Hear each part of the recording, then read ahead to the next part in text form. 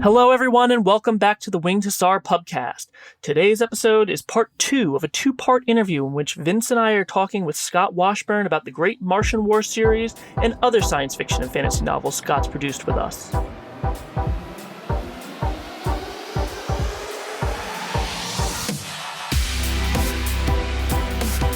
Welcome to the Winged Hussar Pubcast. From fantasy to sci-fi to history and horror, your hosts are about to take you on a journey through all things Winged Hussar publishing. Sit back and relax as we talk about writing, gaming, as well as interview some of your favorite authors. Let's wing it. Welcome back to the podcast. I'm Brandon, here once again with Vince. Vince is here. And we are rejoined by Scott Washburn. Hi, I'm Scott. This is part 2 of the interview, so as normal, we will not hold back in regards to spoilers when talking about the novels. So Scott, let's get to the heart of what you write. You're a historian first and foremost, and your main series is titled The Great Martian War. For those unfamiliar with the series, it's an H.G. Wells' War of the Worlds spiritual successor. The first 3 novels are Invasion, Breakthrough, and Counterattack, now conveniently bundled into an omnibus with extra short stories entitled America in Flames. After that, we produced a novel on the Texas front called Salient. And then we moved to England, where we have The Gathering Storm and Grand Alliance, the latter of which just came out actually a couple of weeks ago. So with all that said, why has the Great Martian War series become so focused? And there's definitely an audience for it, but why that time period compared to other time periods? Well, a major factor, as you said, is that there's an audience for it. Initially, the people who played the All Quiet on the Martian Front miniatures game were the main readers, but it quickly attracted many War of the Worlds and H.G. Wells fans who had no connection with the game. As I noted in our last episode, I'd gone through many frustrating years trying to get my original novels sold with no luck. So now I had a proven winner, and there was no reason not to proceed with it. Also, the scope of the possible stories is vast. I had a whole world at war, and I had the freedom to write any sort of story I wanted using a multitude of historical and fictional characters and in many different settings. The historical aspects of it were very appealing.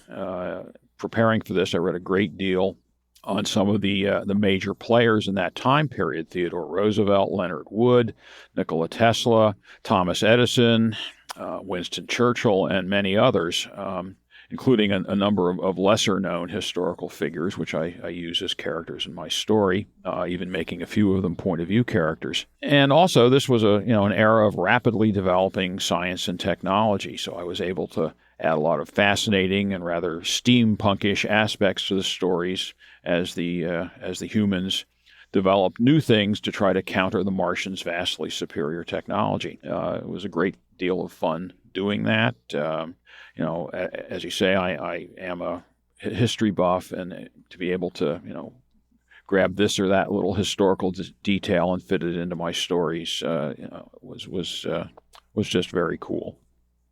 What was it like taking those characters from history and working them into, an alternative history, fictional version of themselves? We kind of touched on this a little bit in the first part, but were there ever any challenges or moments when you stopped to wonder if you were going in the right direction with the characters?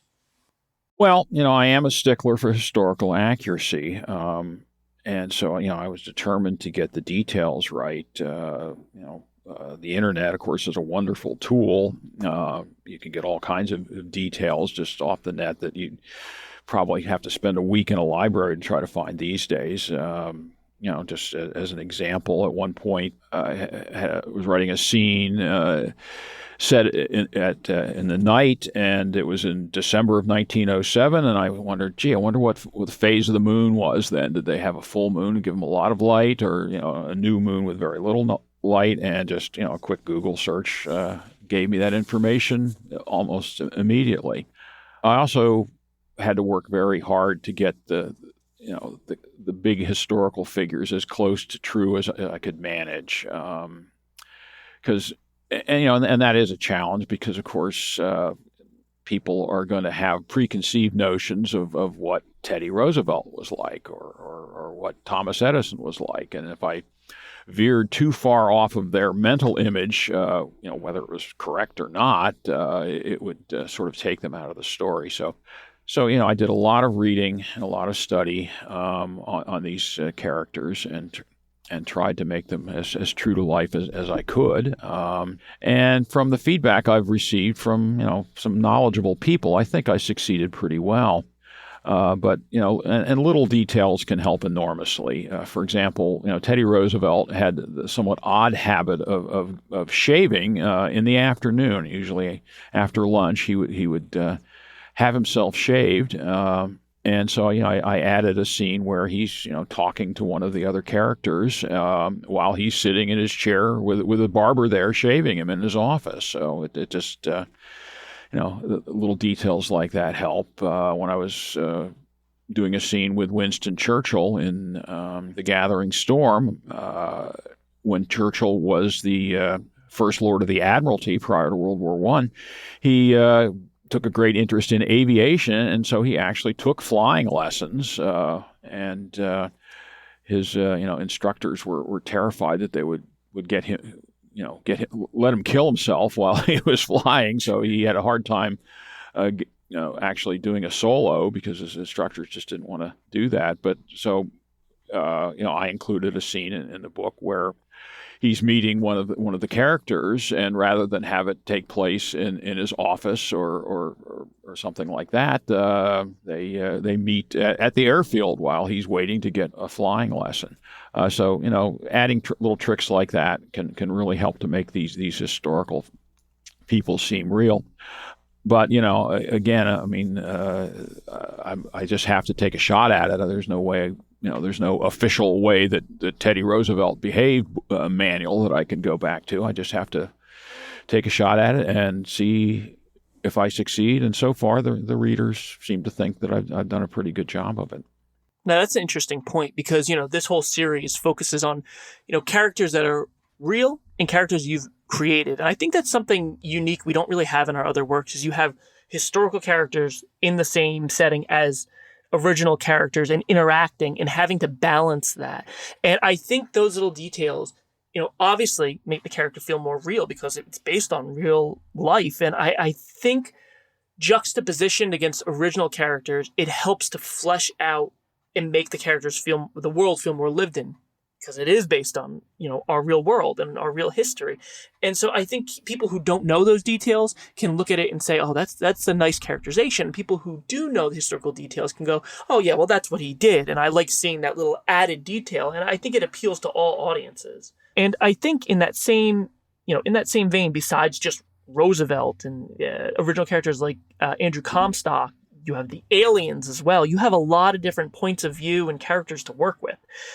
With the original characters, you had a little bit more free reign because as long as you stayed within the time period and kept things like accurate for the time period, whether it's mannerisms, the way they dressed, etc., you got to do a little bit more with them. With characters like Roosevelt and Leonard Wood, you were tied down to make sure that you were historically accurate. And this kind of ties back to the last question, but how did it compare writing those original characters as historical ones within the same novel? Again, you have a unique perspective that our other authors don't have in their works. Was it more freeing writing your own characters versus the historical ones? Or were writing those scenes where characters came together more challenging? Because I know that there's a few scenes where Andrew and Roosevelt are together. So what was the chemistry like in your mind writing those characters together? Well, that's a good question. Obviously, writing an original character, I've got more or less free reign to do whatever I want with them. And the only real constraint is that, I keep it consistent from scene to scene and chapter to chapter, as long as, I'm writing, say, Andrew Comstock in this chapter in a certain way. I should be writing him in the same way in the next chapter. But as long as I maintain that consistency, then I've got quite a lot of freedom to do as I want. Whereas the historical characters, as we've already mentioned, I had to, follow the history as best as I possibly could. Now, obviously, a character like Theodore Roosevelt, there have been, hundreds and hundreds of books written about him, and each historian's going to take a slightly different view. So even with a historical character, there's no specific, right way or wrong way to do it. But still, there's sort of, boundary lines that I, can't veer beyond. I certainly can't, create some new strange quirk or new strange fact about Theodore Roosevelt that I'm just making up without, really taking a huge risk. So I try not to do that. When I bring them together, again, I've got to be careful. Try to keep the relationship reasonable. So, like in the case of Andrew Comstock, he's a young Army officer. And, fortunately, if I'm writing a scene with him with Roosevelt, the fact that Comstock is a military man and Theodore Roosevelt is the commander in chief, and a former soldier himself, that will just sort of automatically create a relationship between the two of a very senior officer to a very junior officer. I mean, there are ways that military protocol demand that they behave, and even though they might break out of it a little bit as they get to know each other, they would still be following that. So as long as I keep that in mind, people are I think are going to accept the situation as long as I don't get too far out of step. Mm-hmm. So one of the things that every author has their set of skills and characters, and I think a lot of our authors bring some really interesting characters to the table. Now, one of the things that I noticed with recent submissions from newer authors that they struggle with are points of view. I feel like that's started to become a hard thing for new authors. I think in general, it's a hard thing for new authors because there's, the way that you think you want to write it, and then there's the way that you should write it. And I think with you and Mark do fantastic point of view work with your characters. You especially try to incorporate all angles in your Great Martian War series. I mean, in the trilogy alone, you have the president that you can feel the weight of the war through, Andrew, who's arguably the protagonist, and you're watching him grow and experience over the war on the front lines. You've got Dolphin, who's a stodgy old veteran you learn to love, and he learns to ease out on the others a little bit. And then you've got Becca, who you have a female perspective, and you get to see how she's trying to fight the war in her own way in a time when women aren't on the forefront of these type of things. And then you've got the aliens, and forgive me if I'm going to butcher this, but Ketnegardus? Close enough. You've got him. You've got it to see an alien perspective and how different they are from the humans. So you've kind of hit the nail on the head on every type of perspective you could see in this type of story. What was your thought process on doing that and kind of bringing it all together to tell one coherent narrative? Well, the whole issue of point of view is an interesting one, and new writers, as you say, do have some problems with it. In the writers group that I belong to, that I've mentioned in the first episode, some of the newer writers have a little problem grasping the idea of point of view, and point of view is essentially where are we. In any given scene, where are we seeing it from? Whose eyes are we seeing it through? Are we seeing it through the eyes of one of the characters? In which case, then the reader is only going to know what the character knows. If there's something going on, in the room next door, the character isn't going to know about it, and so basically the reader isn't going to know about it either until somehow the character finds out about it. That's the way I tend to write, and the rule is basically one point of view per scene. If I'm in a scene and I've got 2 or 3 people in it, I'm looking at that scene through the eyes of just one of the characters.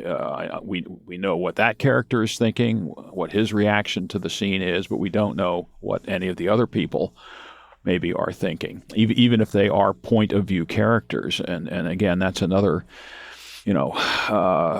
challenging thing for new authors. If you're going to do, work with point of view characters, then you're only looking at things, through their eyes. So for instance, in my Great Martian War series, Theodore Roosevelt is not a point of view character. We do not see, at no point in any of the books are we seeing things through his eyes. We are seeing him through the eyes of some other character who's sharing that scene with him. Now, this isn't the only way to write, although it seems to be the way most people are writing these days. These things do go in trends. Back earlier writers, you'll have maybe an omniscient narrator who's looking from some God's eye viewpoint. Tolkien wrote the Lord of the Rings that way. He could jump from the head of one person to another in the midst of the same scene. We know what Gandalf is thinking. We know what Frodo is thinking. We know what Sam's thinking, all in the same scene.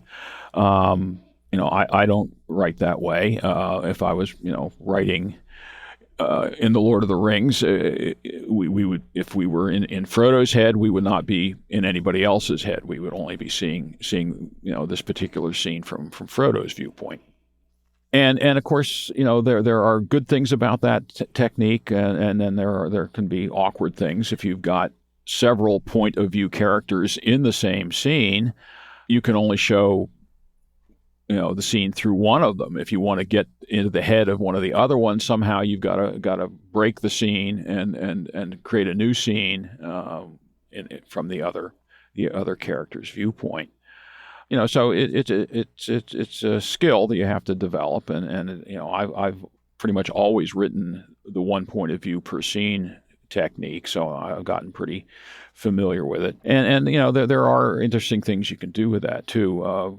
One thing I will mention is something that my co-writer Jonathan Cresswell Jones, we co-wrote one of the books in the Martian Front series. It was the Texas Front salient story, and one of the earlier stories, the novel Breakthrough, we had a scene where the commander down in Texas, General Frederick Funston, a real historical character, but not a point of view character in my books, he comes to Washington to meet with General Wood, Leonard Wood, who was the chief of staff of the U.S. Army at that point, a real person, but he was also a point of view character in my books. Funston comes to Washington to demand some reinforcements, and they have a scene and they talk back and forth. And we see it through the point of view, the eyes of General Wood, because he's the point of view character. But then, when we get to this book, Texas Front Salient, which Jonathan was writing, we had that exact same scene of General Funston going to Washington to talk to General Wood to demand reinforcements, but we're seeing it through the eyes of General Funston's aide, who was a point of view character. So it's the exact same scene with even some of the exact same dialogue, but seen through an entirely different person's point of view. And we thought that was rather clever. Most people probably never even noticed it, but we were quite pleased in doing it. But yeah, the whole point of view thing, it can be a challenge for a new writer. Writing the Martian scenes from a Martian point of view, again, is another whole challenge in itself. As somebody who, in my first writing attempt, wrote an omniscient narrator, in my head, I wanted to make it so that way the readers understood exactly what was going on. I wanted to tell the story exactly how it was going on in my head. But in re-editing that and rewriting it through an actual point of view, it's so much more rewarding. It's so much more, you get the more characterization, and you feel like you are connected to the characters more. And the payoff, like if you have an important scene, like this is, again, no hold on spoilers, and it's also been out for a million years, but the whole Boromir death scene in Lord of the Rings, you can tell that through a point of view character and see the impact it has on them. Then when you go to the next chapter with a different point of view character, you can still have that lingering impact be talked about. So I think point of view is so crucial. I mean, even like Mark's not here, but he in his Infinity novel, he specifically kept a character out of a point of view scene until something big happened to them, and then switched to that character as a point of view, so you got to reveal so much backstory of them through that. So I definitely think that more newer authors, to polish their works, should look into point of view research and look at how some of the authors do that. Yeah, it definitely is something that a new writer needs to at least think about.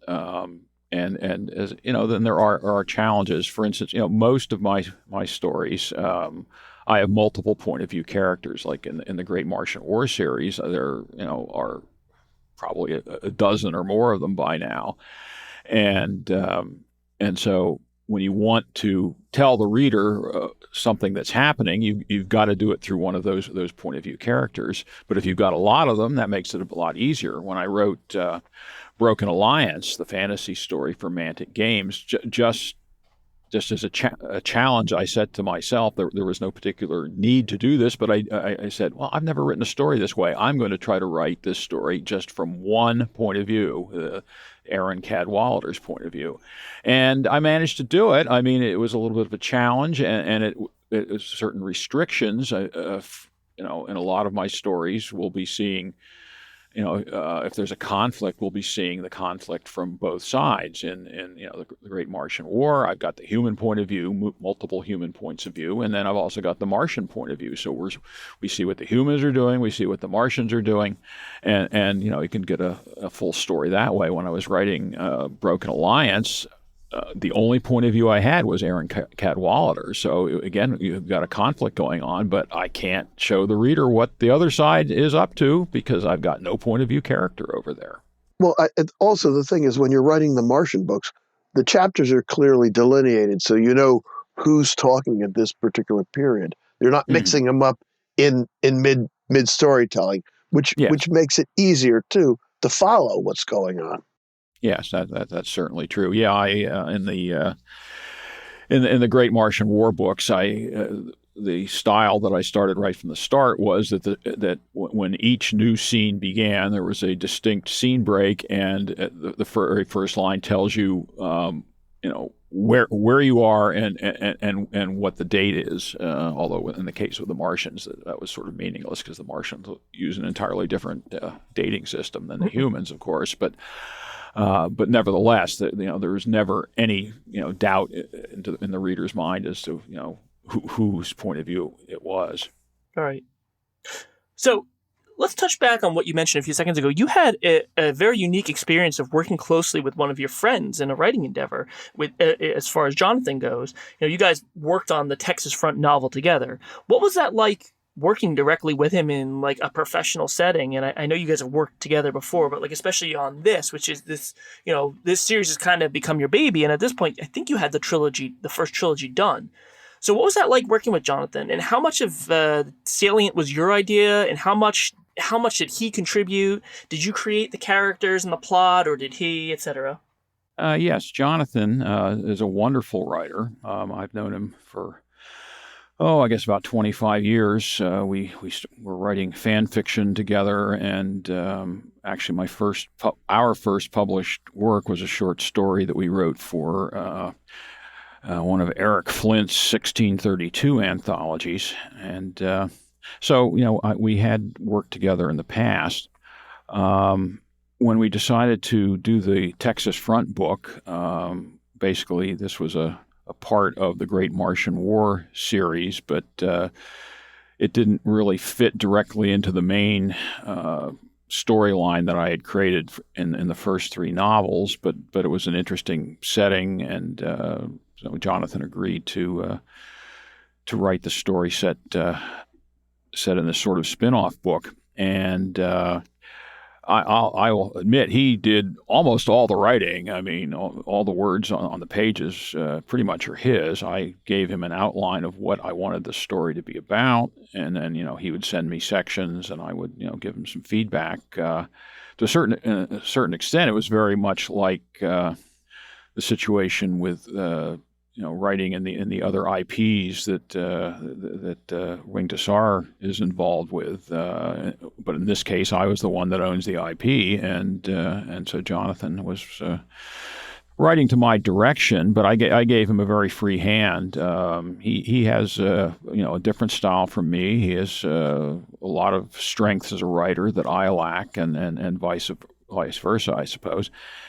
And so I let him pretty much write the story he wanted to write, as long as it just covered a few important points that had to stay within the history that I had created, and the only thing that I had to essentially force him to do was to make certain that there was a slam bang battle at the end, because I knew that people who've been reading my other books would certainly expect such a thing, and he did came through perfectly with that. That's awesome. So do any of the characters from Texas Front come back in the other novels, or do you plan on there being a crossover in the future? I mean, I know you're into England now, but has there been a correlation yet? Well, not really yet. I gave Jonathan a couple of historical characters to work with. George Patton was one of them. He very briefly shows up, as a young lieutenant in one of the stories I wrote, and then I turned him over to Jonathan, and he has a somewhat more prominent part in Texas Front. So when I returned to the United States and America in the next Great Martian War book, which I had started work on, Patton may show up again. One of Jonathan's main point of view characters might possibly show up again as well. I haven't really decided that, but yeah, it was nice to be able to see this spin-off story, looking at something that was a little bit different. I mean, Jonathan has a marvelous imagination of his own, and he inserted a few things which I hadn't expected, but which I thought were cool, and so I let him run with that, and it's entirely possible some of that will show up again in future books. That's awesome. So now that we've kind of touched on it, but now the series has pretty much gone through what's been going on in America, we're shifting gears back to England, where, correct me if I'm wrong, but it's kind of the start of where the war happened. What can you tell us about the series that you've written so far and what you're planning to do with it? All right. Well, as I mentioned in the last episode, the books came about because of this war game that was being developed, All Quiet on the Martian Front. The books were originally going to be moving in parallel with this game, but unfortunately, the owner of the game went bankrupt and before the first of our books came out. So we decided to detach them from the game and just run with it on our own. But the game, as I say, was a follow-up on H.G. Wells's War of the World story, which, of course, began in England. But as anyone's familiar with the story, the first Martian invasion failed because they failed to take into account earthly germs and bacteria and viruses and so forth, and they became sick and died. But the basic premise of the game and of my novels is that the Martians, not being stupid, didn't give up, and they figured out what had killed off the first invasion, and so they managed to come up with techniques for immunizing themselves. And 7 years later, they come back and invade on a much larger scale, and not just in England but all over the world. Some of the, including in the United States, North America, South America, and Africa, everywhere pretty much. So the first three books in the series are set in America, and initially the Martians are sort of running rampant because even though the humans are better prepared, they're still not prepared as well as they should have been or needed to be. And so the Martians overrun a great deal of the world, but eventually the humans get their act together and are able to stop the Martian advance in a number of places. And by the third book, the tide has turned a bit in the humans' favor in North America.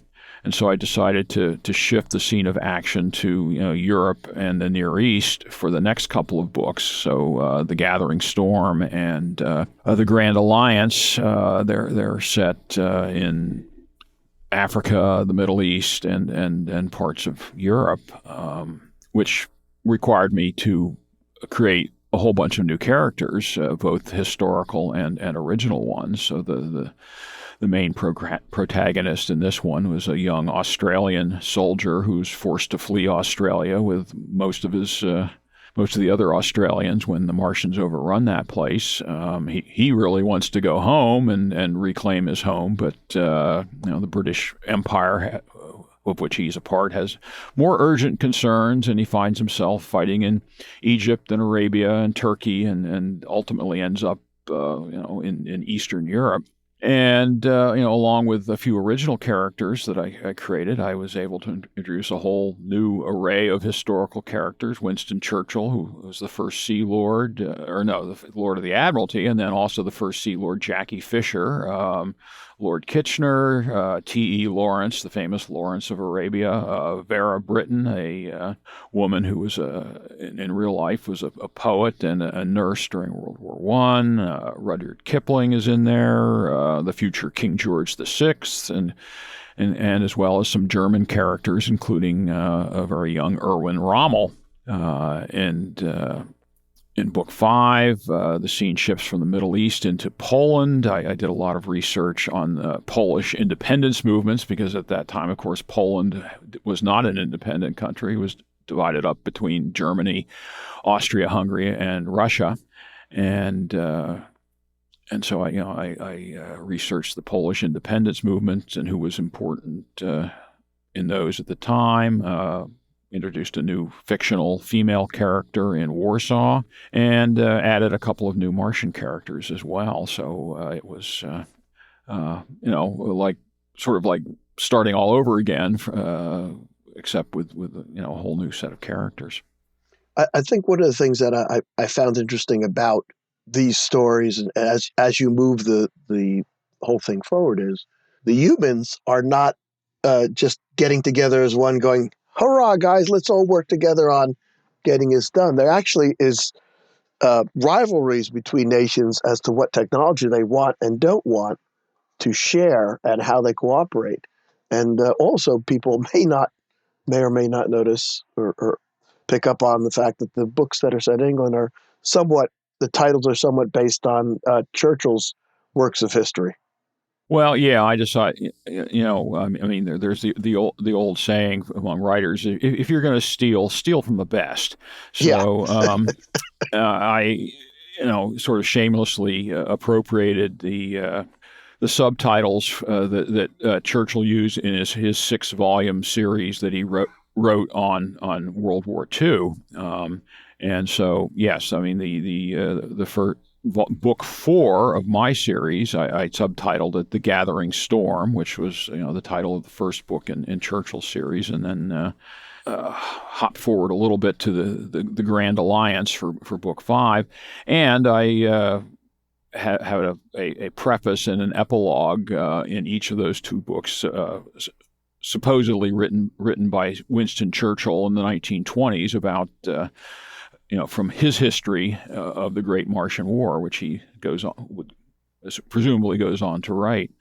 But yeah, so I in shifting from America to the old world, as it were, I did make some changes in the overall writing style, and of course, as you say, the game of power politics going on between the various nations who were rivals before the Martians arrived. It didn't just end when the Martians invaded. It wasn't like, oh well, we're all humans, we have to band together and fight the Martians, put aside all of our old animosities and goals and desires and so forth. That didn't really happen. I mean, there was still rivalry between the powers. They were, the British had captured Martian technology in the first invasion, and they were not keen on giving it up to everybody else, but everybody else was suspicious that the British were going to use the captured Martian technology to try to,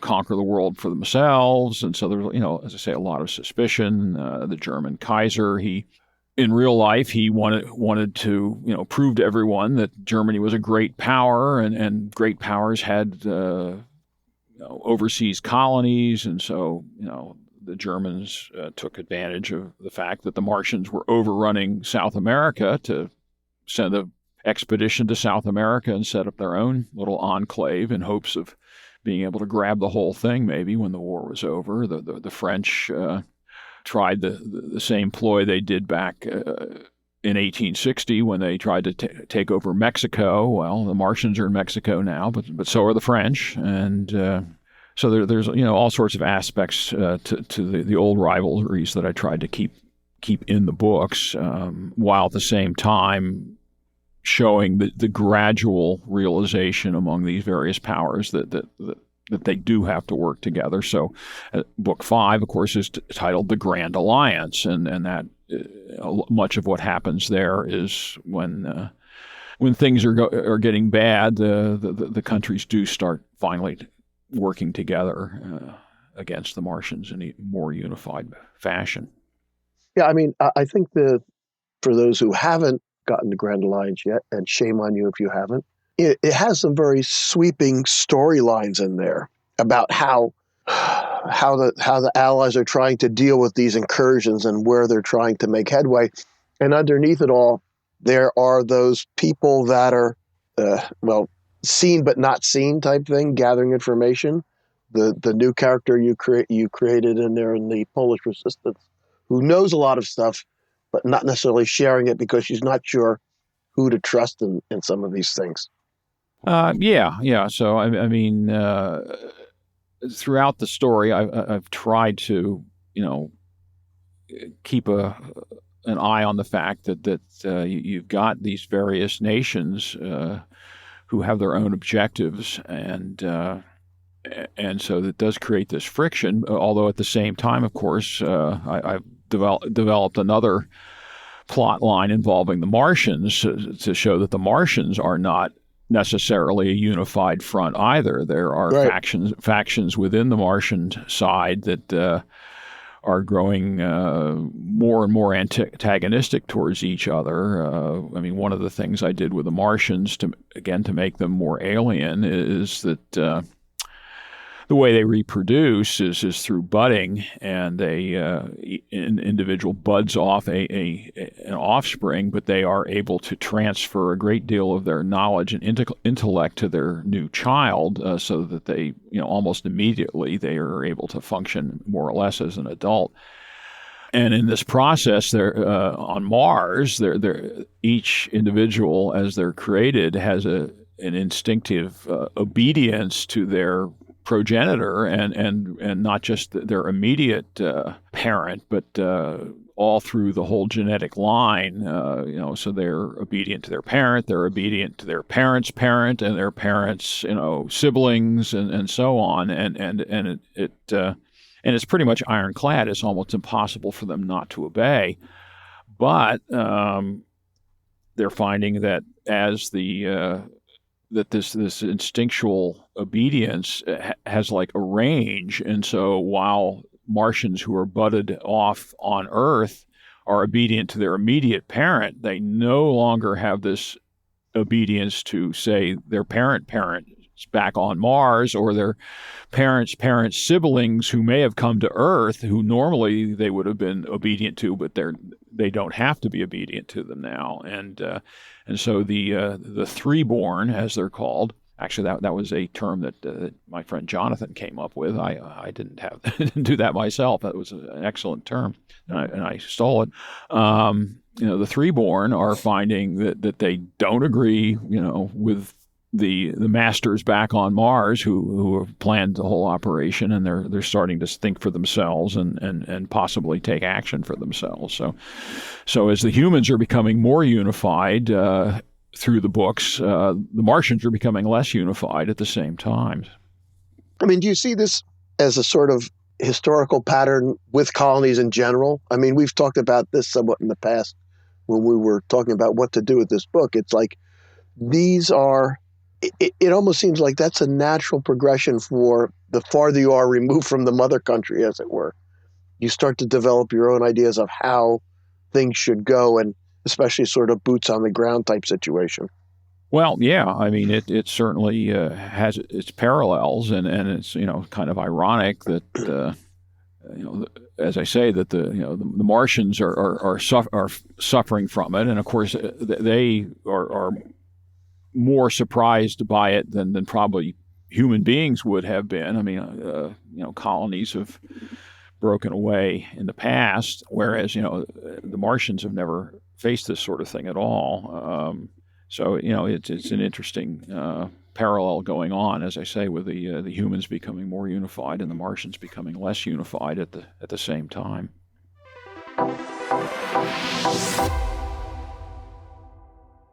Today's episode is sponsored by On Military Matters, your source for new, used, and out-of-print books on military history, wargaming, and modeling. Check them out at onmilitarymatters.com and make sure to sign up for the weekly e-flyer.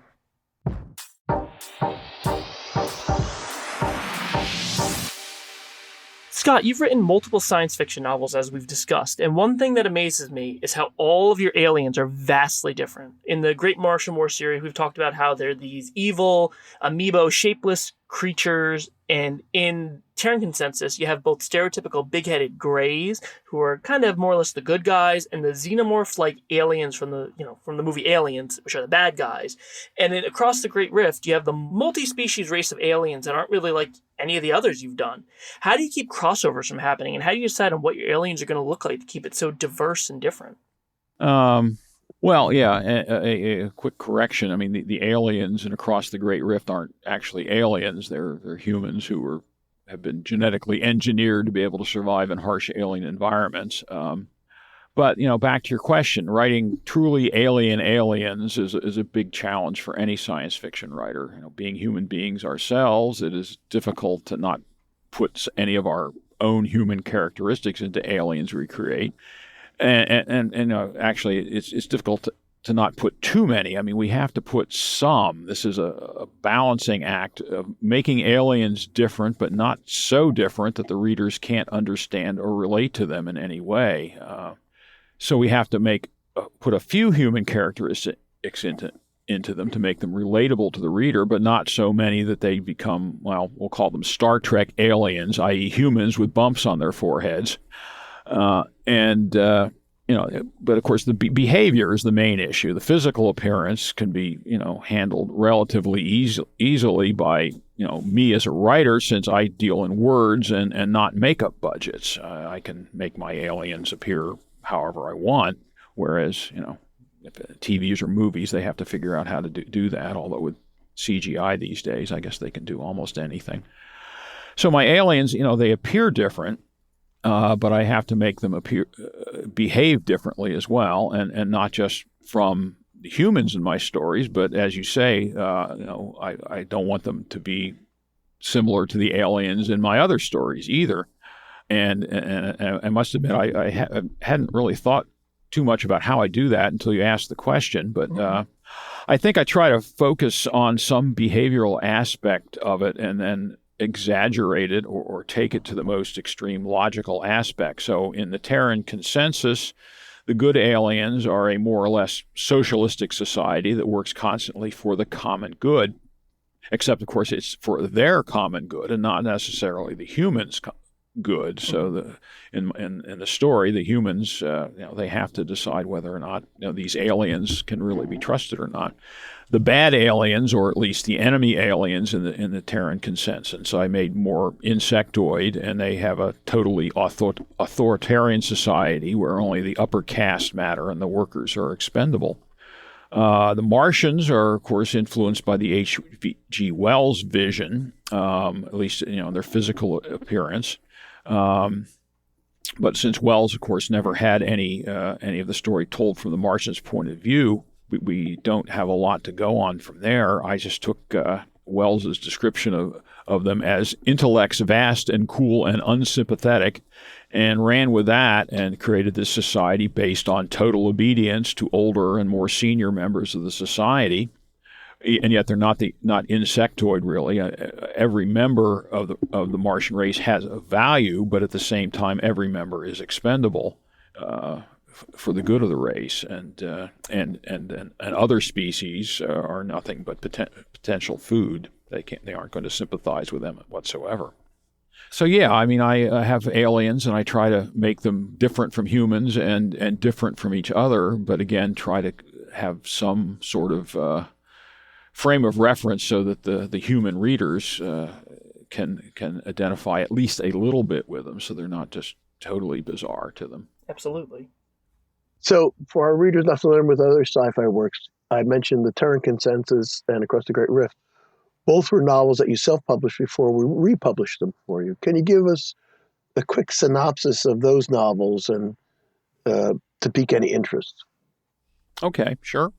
The Terran Consensus was the very first original novel I had written after writing some fan fiction back around the year 2000, I guess, when I started on that. The idea for it was sparked. I was watching some old science fiction movie where like an alien spaceship lands in some remote desert town, and for whatever reason they're there, usually invasion and conquest, and many a movie has had that particular plot line where the local inhabitants not only have to try to fight off the aliens in the short run, they have to try to convince skeptical authorities that this is really happening and they're really aliens here. And I sort of said to myself after watching this movie, why does this always happen in some tiny remote town? Other than the fact that it makes it a lot simpler for low budget filmmakers. What would happen if an alien spaceship crashed in or near a big city where everybody can see it and there'd be no hiding it?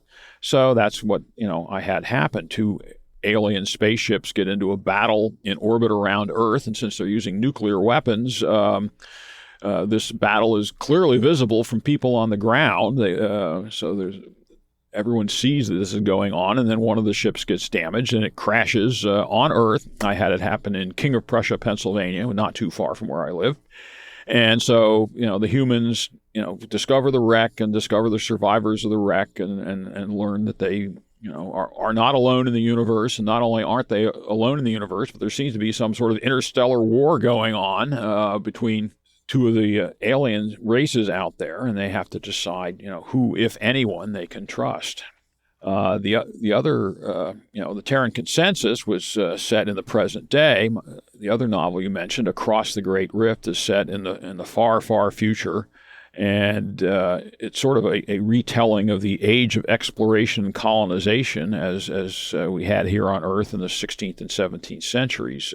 Basically, a vast interstellar empire populated by humans had collapsed, and then new civilizations were rising up from the ashes. The Orion arm of the galaxy, where we are, had been devastated and depleted of resources, and many greedy eyes started looking across the Great Rift to the hopefully untouched resources of the Perseus arm of the galaxy, and rival expeditions were mounted to cross the rift and lay claim to the new territories, and all sorts of murder and mayhem ensued from that. Do you see any crossovers in the human characters of those novels and those in the Great Martian War series? I think the way you develop the characters are different in each book, but do you see any sort of, I guess, characteristic or flaws or positives, strengths that you've carried over between them? Well, I'm sure there are a few. In both in my books and also the Great Martian War series, I deal with a lot of military men, and they are all bound by certain codes of behavior, so there will be certain similarities between them. I have engineering and scientist types in both. I try to include strong female characters. Something I feel strongly about. I actually like writing female characters. I'm not sure exactly why. That's always worried me a little bit. Am I writing these female characters believably? But I have female fans who seem to be okay with what I'm doing. So I guess I'm not too far off the mark there. I'll have to admit that probably this is a bit of a weakness in my writing, that making my main characters too similar to each other. I try to make certain that they're different and have flaws, and it's hard to write, like a really evil character. So yeah, I'm sure there is, a bit of crossover and just out of habit, if nothing else. So it's something I have to watch out for. It's a trap writers can fall into. Okay. So last but not least, you have your fantasy novels on the table to talk about, but they really shouldn't be placed anywhere near each other and how different they are. Fires of Memory is an original novel with a much more adult theme than your other works and tackles some serious topics. Meanwhile, Broken Alliance is set in our Tales of Pannithor series, even though the characters aren't typical second breakfast halflings that appear in stories. It's by far a much lighter tone. So let's start with Fires of Memory. How or what made you decide to write a much darker novel than your previous writings? I don't remember we actually did it, but I think we wanted to put a 18 plus label on it because it's so different from other works. I think in the write up we did say it had serious adult themes in it in the end, but it is a little bit more graphic. Yeah, it definitely is, and it is different from most of the other things I've written. But nonetheless, it is a personal favorite of mine. It is dark. Not sure where the idea came from. The basic premise of Fires of Memory is that in ancient times, magic was common. Then there was some huge disaster which wrecked the world and wiped out nearly all the magic users. Civilization rose again in the eastern lands and eventually reached an early 18th century level of technology, cannons and muskets and that sort of thing, but without magic. The old magic was a thing of legend, but no one knew how to work it anymore. Off to the west are the lands inhabited by nomadic peoples, warrior sort of, Mongol empire types. They have a few shaman who can work some of the simple magic, but nothing of any real power. The civilized countries are constantly encroaching on the nomads' territory and raiding their camps, so there's a lot of very bad blood between the two groups. Then one of the nomads' shamans stumbles upon an ancient tomb and awakens a spirit of an old shaman who does remember the old magic and teaches it to the new shaman. Some of the magic is very powerful, and it totally shifts the balance of power. And the civilized East has no defense against this, and the nomads come sweeping eastward, conquering all in their path. I guess I was sort of fascinated with the idea of a civilization falling to the barbarians. And it is pretty grim. Mass slaughter and a lot of men behaving badly against women. No doubt about it. And I thought a long time about just how dark I wanted this to be. And as it happened, while I was writing this, I was part of an online writers group, different than the one I belong to now. And we had members in it from all over the world. I'm not really sure how that happened, but we had people from England and people from Germany and from a lot of different places. And in spite of the language barriers, most of them wrote in English, so we didn't have a real problem with that. One of the members was from the Czech Republic. And when I asked the members of the group, I had sent them some chapters, some of the dark, grim chapters that I was writing, and I asked them, should I be going this far? Is this too much? Is it too dark? Is it too gritty? Is it too realistic? I got a lot of different answers. Some people said, yeah, it was too much, and that I should cut it back. But then the guy from the Czech Republic gave me his answer, and it really hit me kind of hard. He said, more or less, this sort of thing really happens in war. Believe me, I know. My town has dozens of refugees from the ethnic cleansing and genocide going on in Serbia and Bosnia-Herzegovina right now. This was, the late 1990s. He told me, don't whitewash it or sugarcoat it. Don't sweep it under the rug. Tell the true story of what really happens, and you owe it to the people like these. And it was a real gut punch, but it really hit home. And I said, all right, I will listen to this comment I'm getting, feedback I'm getting from a reader. And so I didn't. I made it dark and gritty, and some people might really find it too dark and too gritty, but that's what happened, and that's what I did. I mean, I don't think you can, as a writer, you have to shy away from it. I mean, it's a story to be told just as much as anything else. You just have to deal with it in the proper, respectful manner, and it's not gratuitous. So I felt when we were editing it, it was appropriate to leave it there and not tone it down for that reason. So, yeah, but it is a little bit different. Yet, as you say, it's the kind of thing, if you're telling a story, you know, not everything is unicorns and rainbows. Yeah. I mean, after I decided to do it this way, with all the horrors and such entails, the idea gripped me, and I cranked out a very long novel in a very short time, and I think some of it is some of my best work. The characters who get caught up in all of this are some of my most compelling, I think. Yep. Okay, so what central themes do you want to convey in your work?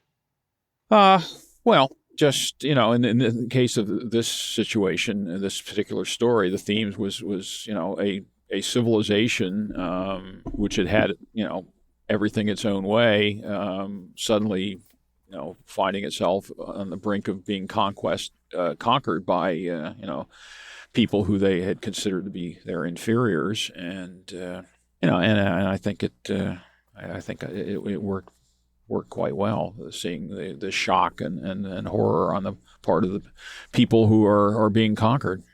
Okay.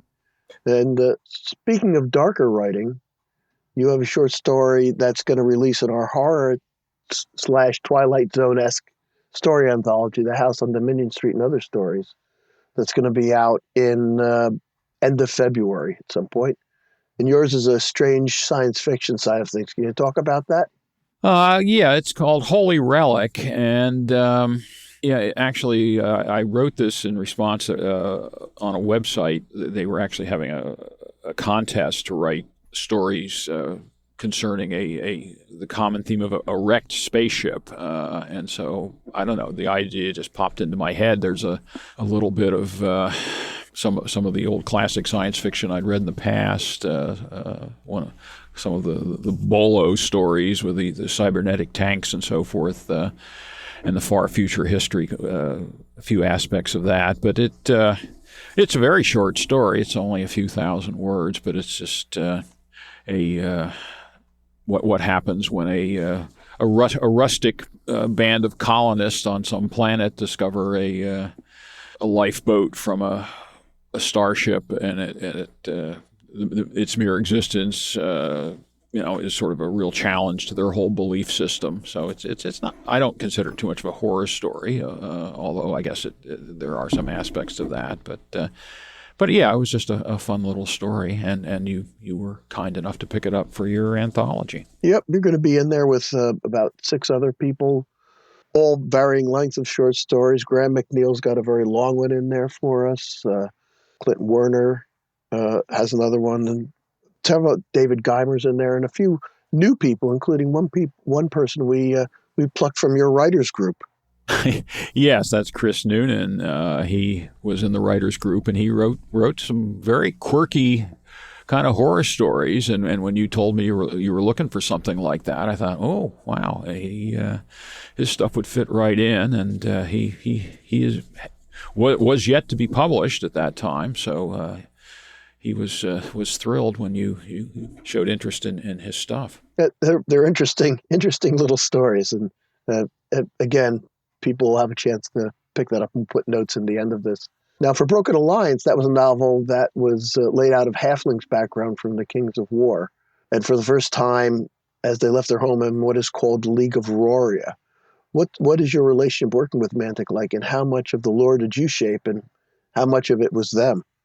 Well, I want to say that, working with Mantic, and particularly Matt Gilbert from that company, was just great. He took, a real interest in what I was doing, and really helped me, fit what I was writing into the existing lore of the Mantic world. They provided me with some basic background information on the League of Rordia and the Halfling Shires, and then I expanded upon that. And it was interesting. I mean, I had to alter my writing style a little bit. I mean, one of the the bits of advice that all new writers get, and which experienced writers give to new writers, is that you need to grab the reader's attention right away. So put some sort of action right at the start of your story to grab the attention of the readers. And I sort of I kind of tried to do that, to try to, get through the background information as quickly as I could and get to some action. But Matt, kept asking for more and more background information at the beginning, and he was the one that wanted it, and they were the ones that had hired us to write the story. So I felt obliged to give him what he wanted, and so my initial chapter or two that I had thought as scene setting quickly expanded to about 5 chapters with a lot more basic information at the start. And that wasn't a bad thing. I think it's what Manic wanted. It's probably what the readers, their fans were going to want, and it turned out very well. But it was a bit different from the way I would normally write things. But then once we got rolling, and once I'd given Mantic the background information they wanted, I had a pretty free hand in where I went from there. I took the basic situation and the setting and the halflings and within the parameters that Mantic had given me, created the story that I wanted to tell, and I think it worked out really well. Yeah, I mean, you got to use an interesting concept that we haven't seen before in our settings, and I think it's something that's not really touched upon too much in fiction in general, and that's the concept of gastromancy, and that's kind of sort of a satire magic, I think, in a lot of other settings. But Mantic was very clear that this was kind of, the halflings were to be taken more seriously than other interpretations in fantasy. And so I thought gastromancy was a really interesting topic, and the way you utilized it was awesome at taking a game concept and having it make sense in a fiction setting. It was the perfect blend of magic and science. Yeah. What was it like working with that? Well, I mean, obviously, gastromancy, let's take a step back. What is that? Well, it's magic, but it's based on food.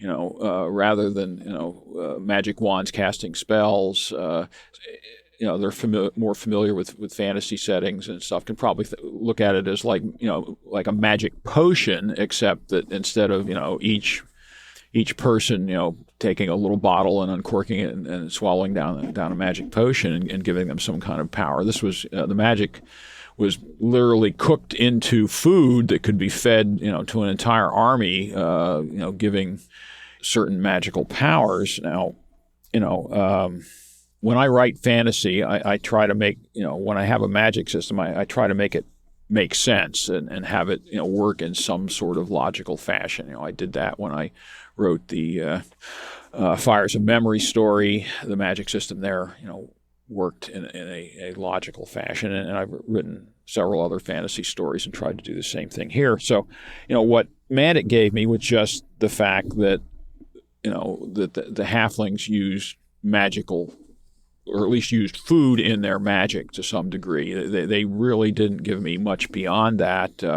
In the game rules that now exist, it goes into more detail as to some of the powers and so forth, but I didn't, the game rules hadn't come out at the time I was writing the novel, so I just had to sort of, give it a go with what I thought made sense. So, all right, I was thinking, okay, well, we're dealing with, armies here, not just individuals, so I can't use some of the more traditional things that, like a Dungeons and Dragon hero is going to drink a potion of giant strength and then be chopping up his opponents, like hamburger, or other typical potions. I mean, to give a whole army that kind of ability would be incredibly unbalancing for a game, and so and you wouldn't want it in the game. So I couldn't really have it in the novels either. So I had to think of, what kind of things would be useful for an army to have? All right, well, an army needs to, march long distances sometimes and go into battle. And so you don't want your troops to be tired. So, okay, I introduced, the golden bread. So this was something that could be baked up, and the halflings would eat it, and it would just give them the energy to, to march for, 24 hours with barely a pause and still have the strength left to go into a battle at the end of it. Obviously, something really useful for a general to have to move his armies around, but it's not going to be a super unbalancing thing on the battlefield itself. And, other things like, you want your troops to be brave and enthusiastic. So they had another type of food they could eat that would make them brave and enthusiastic, but again, not give them, superpowers that would be really unbalancing. And if they're marching at night, something else that would let them see in the dark, like a cat. So there was a cat's eye tart as a dessert that they could eat. And so, that was the sort of thing I worked with to make stuff that was reasonable and seemed realistic in a fantasy setting, but that was not too terribly unbalancing. And I think it worked out really nicely. Absolutely. And, we kind of just discussed a little bit about how I mentioned before how halflings are more serious than in their previous, other fantasy incarnations. How did you go about telling a story that would make people interested and trying to make halflings a more serious fantasy consideration? I mean, you did write a short story before that called Ratcatcher, and that was one of the best. It was in our Kings of War anthology that we first did when we started getting into the Kings of War setting, and people loved Ratcatcher. So how did you take what you used there and learned there and made the halflings more serious fantasy consideration?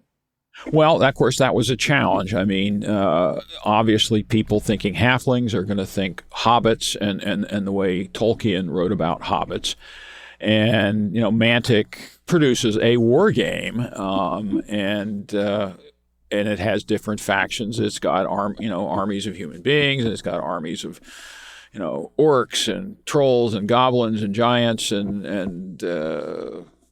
undead and just all sorts of things. And of course, you got to have, the sides in the game have to be somewhat balanced. So you have an even game and each side's got a chance to win. So, clearly, the Tolkien's Shire type hobbits, that's just not going to work. I mean, they're little people. They're armed with, hand axes and pitchforks and stuff like that, and no armor or any to speak of, and they don't have any military training. They obviously would just be slaughtered on a battlefield. So I had to have them a bit more militaristic to the point that they could fight on even terms against other fantasy type foes. And Mantic had emphasized at the start, yes, they're a lot like hobbits, but they're not hobbits. You've got to make them different from hobbits. Try to break away from the Tolkien mold. And of course, there's no way I can actually break totally away from the Tolkien mold because that's just so branded into the imaginations of all fantasy fans that there's just no getting away from it. But So I kept certain aspects of them. I mean, they like to eat. Actually, Mantic even has them have hairy feet, even though they do wear shoes more often than Tolkien hobbits do, and they're generally good natured. So I took that as a start, and then I had to be able to, at need, turn them into more militaristic, more violent halflings than Tolkien would normally have. And what I did was I sort of latched onto the idea that, okay, yes, the halflings, they like the good life. They like to eat. They're much more interested in growing crops than in fighting. They're not naturally militaristic, but yes, they do like this good life that they've got. And they will fight like the devil against anyone or anything they think might be trying to take it away from them. So they had these two aspects: is if you treat them nicely, they'll treat you nicely, and but if you make yourself up as a threat, they will transform into violent, warlike people at need. They're very territorial. They've staked out their borders, and that's their land, and the gods help you if you trespass without their permission. And so taking that as a starting point, then in my story, they're part of the League of Rordia, which is a human civilization, and they've been part of it for a century or more. And while they do provide some soldiers on their own part, they leave most of the fighting the humans when they can, and the humans have got traditional armored knights and heavy infantry and so forth, whereas the halflings deal mostly in light infantry and light cavalry, which makes them a good match with the League of Rordia. But in this story, the premise I was given by Mantic was that the relationship between the League of Rordia and the halfling shires has broken down, and the shires break away, and the humans decide that they don't want to let them break away, and war results. And so the humans have got to, or the halflings have got to build a real balanced army. It can't just be all light infantry and light cavalry. They're going to need other things. They're going to need artillery and some sort of heavy infantry and heavy cavalry and better training and better equipment and so forth. So the story is, basically the main character, Aaron Cadwallader, who had, before the breakup, had been studying at the College of Warcraft in the League of Rordia. And so he brings all of these newfangled ideas back to his own people, and has to convince them to, allow him to train up a real army. And this is something that I called upon my own background in reenacting and military history as well. I borrowed stuff from that as far as the training of the army goes, because as a reenactor, I think I mentioned in the last episode, I became kind of an expert on the drill and the tactics and so forth. And a lot of what I did as a reenactor was train reenactors on how to do the drill, how to do the tactics, how to fight the way the Civil War soldiers really fought. And kind of like my character, Aaron Cadwallader, as a reenactor, of course, I had no actual authority over these people at all. I had to find ways to, inspire them and get them to want to do the drill, which I'll be the first to admit can be kind of boring at times. But Aaron was faced with the same thing. So so that's one thing I drew upon to write this story, was to have Aaron build this army from the ground up, essentially, and that's sort of the gist of the story. That's cool. I mean, that sort of answers my next question, but I'm still going to ask it anyway. So one of the main reasons why we did this podcast is to get some behind the scenes details and dive deep. So I want to ask, what is your favorite story or detail from working with Broken Alliance that you want to kind of share with the audience? Okay, well, yeah, that's an easy one, because when it happened, right at that time, I realized that yes, this is really cool. So a lot of writers will be familiar with the experience that I'm about to relate here, but it might come as a surprise to some non-writers, or maybe even to some people who are writers. But when you're writing a story, there are times when things just sort of happen. You're writing along, and suddenly something occurs that you really hadn't had planned. The character does something you weren't expecting him to do, or just something comes in out of left field that was not part of your outline, part of your story plan, and non-writers are going to think, well, how can that happen? How can your characters do something that you haven't had planned for them? You're writing the story, aren't you? You're in control. And yes and no. I'm maybe writing the story, but my subconscious is back there, and my subconscious is probably maybe doing some things that my conscious mind isn't aware of. And when the subconscious can suddenly break into the conscious, some really cool stuff can happen. So when I was writing Broken Alliance, I think my subconscious realized that there was something missing in the story, something that I needed that I hadn't put in. And I was writing this scene where my main character, Aaron Cadwallader, was fleeing from the League of Rordia's territory after the break had come, and he had joined a band of refugees, other halflings, who were also fleeing from the League. And he had done some things that made himself unpopular with the other refugees, so they really weren't inclined to give him a hand. And he had fled so suddenly that he had not packed any food.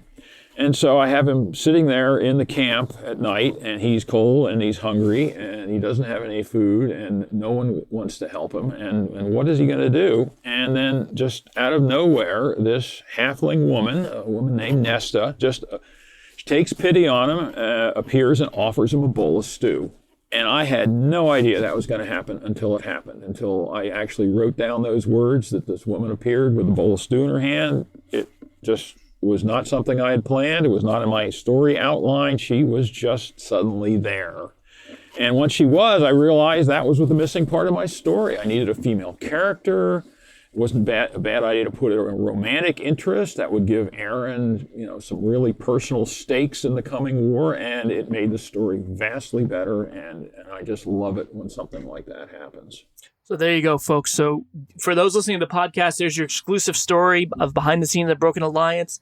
She was not originally planned for the novel, so there you go.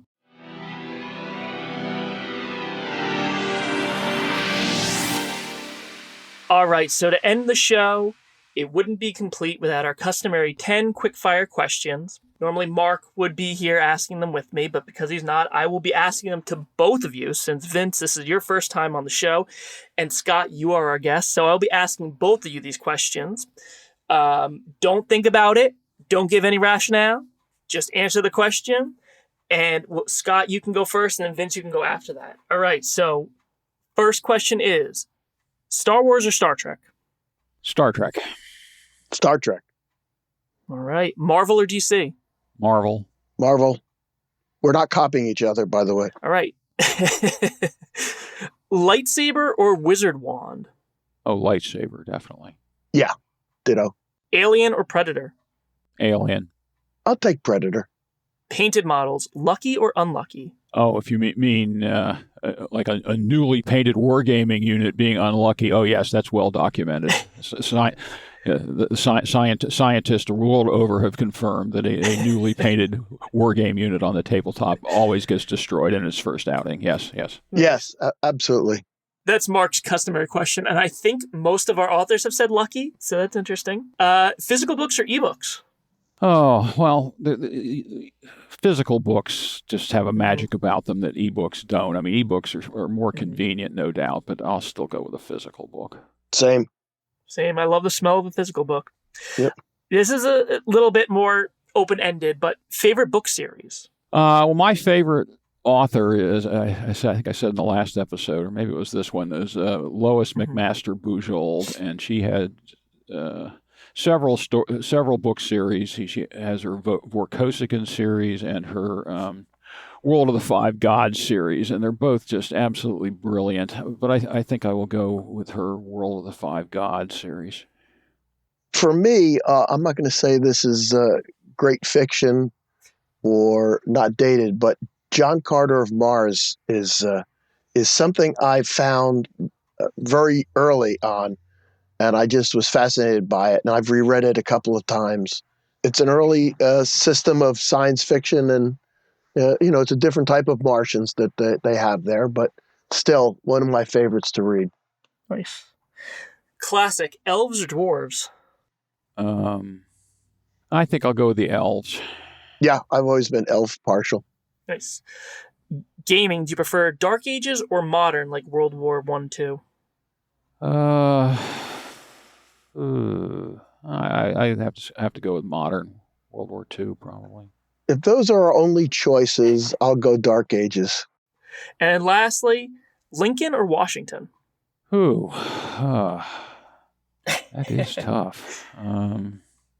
Well, with my Civil War reenacting, I think I'll just have to stay loyal to old Abe and go with Lincoln. I'm going to say Lincoln too. Great. Well, thanks, guys. Appreciate that. Scott, again, it's been a great pleasure having you on the show. Vince, thanks for joining me today, filling in for Mark. My pleasure. Scott, you've been writing with us arguably the longest out of all of our authors, and we truly appreciate your writings. Audience, if you've liked what you've heard here today, you can find Scott's products at papertrain.com. We'll put a link in the episode description, and you can find all of Scott's books everywhere. Amazon, WHPsupplyroom.com, all major book retailers. Again, if you want to help us, ask your local bookseller to carry our products. Buy them directly through them. It will help spread the love. We're distributed by Simon & Schuster, and they can order directly from us as well, all of your local book retailers, that is. Gentlemen, thank you for joining me here today. I've been Brandon. I'm Vince. I'm Scott, and thank you so much for having me on. This was great. Thanks again. We'll see you guys on the next episode.